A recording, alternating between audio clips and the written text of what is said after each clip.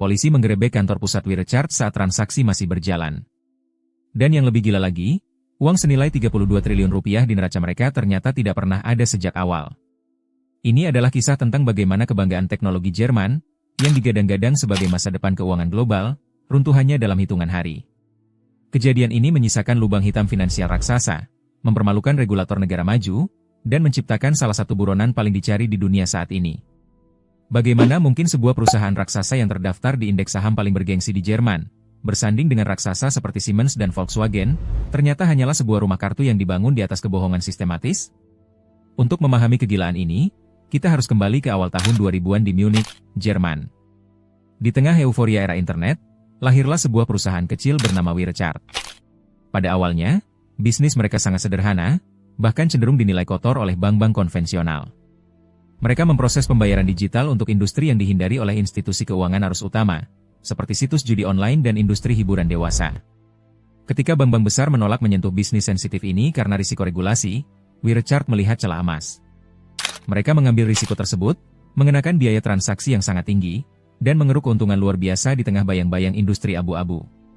Sosok di balik kemudi kapal ambisius ini adalah Markus Braun. Dia adalah seorang mantan konsultan KPMG berkebangsaan Austria.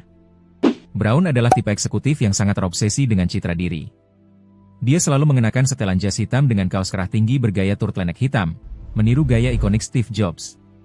Braun memproyeksikan dirinya sebagai visioner teknologi yang dingin, jenius, dan tidak tersentuh. Di bawah kepemimpinannya, Wirecard tidak lagi ingin dilihat sebagai sekadar pemroses pembayaran situs dewasa. Braun ingin mengubah Wirecard menjadi raksasa teknologi keuangan global yang akan melengsarkan dominasi bank-bank tradisional Eropa yang kaku dan lambat. Namun, Braun tidak bekerja sendirian. Di sampingnya berdiri sosok yang jauh lebih misterius dan berbahaya, Jan Marsalek. Marsalek, sang Chief Operating Officer, adalah kebalikan dari Braun yang kaku. Dia adalah pria karismatik, pandai bergaul, menyukai kemewahan ekstrim, dan memiliki koneksi interpersonal yang sangat mencurigakan di berbagai belahan dunia. Sementara Braun sibuk memberikan presentasi megah kepada para investor dan politisi di Eropa, Marsalek adalah orang yang mengendalikan operasi di lapangan, terutama ekspansi agresif Wirecard ke pasar Asia yang berkembang pesat. Ekspansi inilah yang menjadi kunci pertumbuhan eksponensial Wirecard. Mereka mengklaim telah mengakuisisi puluhan perusahaan pembayaran kecil di Asia, mulai dari Singapura, India, hingga Filipina. Setiap kuartal, laporan keuangan Wirecard menunjukkan angka pertumbuhan yang sangat fantastis. Pendapatan mereka melonjak ratusan persen, dan profitabilitas mereka membuat bank-bank tradisional tampak seperti dinosaurus yang sekarat. Di atas kertas, Wirecard adalah pelopor tanpa tanding.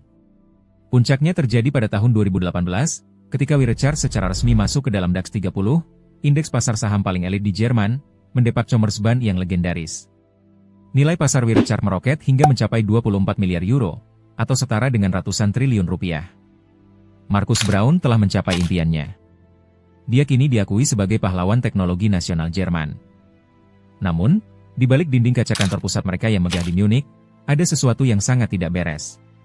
Bagaimana bisa sebuah perusahaan pemroses pembayaran menghasilkan margin keuntungan yang begitu tinggi di Asia, wilayah di mana persaingan sangat ketat dan margin biasanya sangat tipis?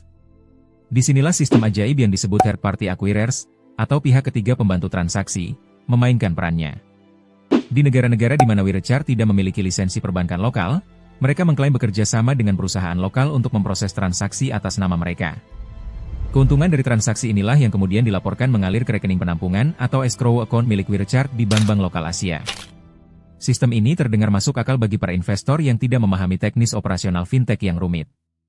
Namun, bagi seorang jurnalis investigasi dari Financial Times bernama Dan S1MCHE Pronunciationsrum, penjelasan tersebut terdengar seperti bualan fiksi ilmiah. Sejak tahun 2015, S1MCHE Pronunciationsrum telah mencium aroma busuk dari laporan keuangan Wirecard. Dia mulai melakukan investigasi mendalam, mengumpulkan dokumen internal, dan mewawancarai mantan karyawan. Ketika S1MCHE Pronunciationsrum mencoba melacak alamat kantor-kantor mitra pihak ketiga Wirecard di Manila, Filipina, dia menemukan kenyataan yang sangat mengejutkan. Kantor yang diklaim memproses transaksi bernilai miliaran euro setiap tahunnya ternyata hanyalah sebuah rumah tinggal biasa di daerah kumuh, atau kantor agen perjalanan kecil yang sepi, bahkan ada yang berupa bus kota.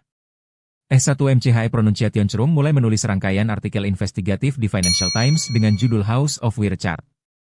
Artikel-artikel ini secara belak-belakan menuduh Wirecard telah memalsukan volume transaksi mereka dan menggelembungkan pendapatan global mereka menggunakan jaringan perusahaan cangkang fiktif. Namun, disinilah plot twist paling gila dalam sejarah modern dimulai. Bukannya menyelidiki Wirecard atas tuduhan penipuan tersebut, otoritas pengawas keuangan Jerman yang bernama BaFin justru melakukan tindakan yang sangat tidak masuk akal. Mereka meluncurkan investigasi kriminal terhadap dan S1 Pronunciation dan Financial Times.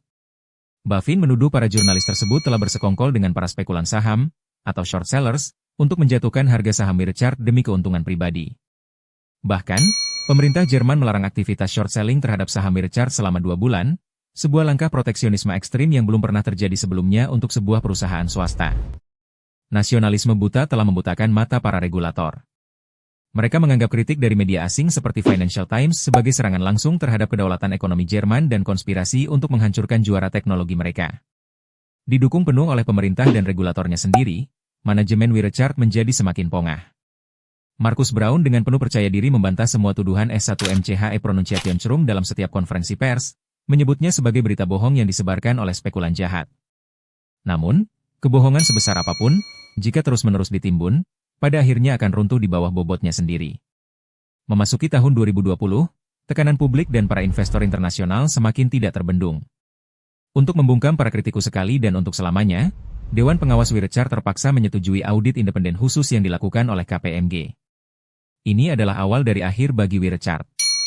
Selama bertahun-tahun, auditor resmi mereka, Ernst & Young atau EY, selalu memberikan stempel bersih tanpa melakukan verifikasi mendalam terhadap keberadaan uang kas mereka di Asia. Mereka hanya menerima dokumen kertas yang disodorkan oleh manajemen Wirecard tanpa pernah memeriksa langsung ke bank penyimpanan. KPMG tidak mau sebodoh itu. Mereka menuntut bukti nyata keberadaan dana senilai 1,9 miliar euro, atau sekitar 32 triliun rupiah, yang diklaim disimpan di 2 bank terbesar di Filipina, yaitu BDO dan BPI. Ketika para auditor mulai mengirimkan tim ke Manila untuk memverifikasi dokumen-dokumen tersebut secara langsung, kepanikan massal melanda jajaran eksekutif Wirecard di Munich. Skenario yang mereka bangun selama 1 dekade kini berada di ujung tanduk. Hari penghakiman itu akhirnya tiba pada tanggal 18 Juni 2020. Ernst & Young, yang kali ini dipaksa melakukan prosedur verifikasi ketat setelah laporan awal KPMG yang mencurigakan, merilis pernyataan yang mengguncang dunia finansial global.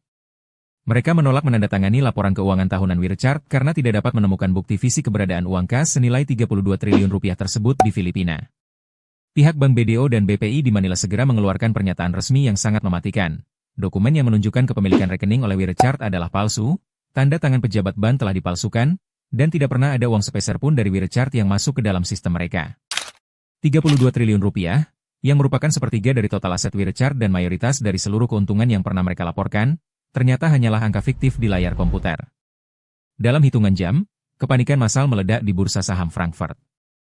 Saham Wirecard, yang beberapa hari sebelumnya masih bernilai lebih dari 100 euro per lembar, terjun bebas kehilangan 90% nilainya hanya dalam waktu singkat. Pada tanggal 22 Juni 2020, manajemen Wirecard akhirnya menyerah dan mengeluarkan pengakuan paling memalukan dalam sejarah korporasi modern. Mereka mengakui bahwa uang senilai 1,9 miliar euro tersebut kemungkinan besar memang tidak pernah ada sejak awal. Skandal ini segera berubah menjadi film thriller kriminal di dunia nyata. Markus Braun mengundurkan diri dari jabatannya sebagai CEO dengan rasa malu yang mendalam. Keesokan harinya, dia ditangkap oleh kepolisian Munich atas tuduhan penipuan akuntansi dan manipulasi pasar. Namun, drama yang sesungguhnya ada pada sosok sang COO, Jan Marsalek.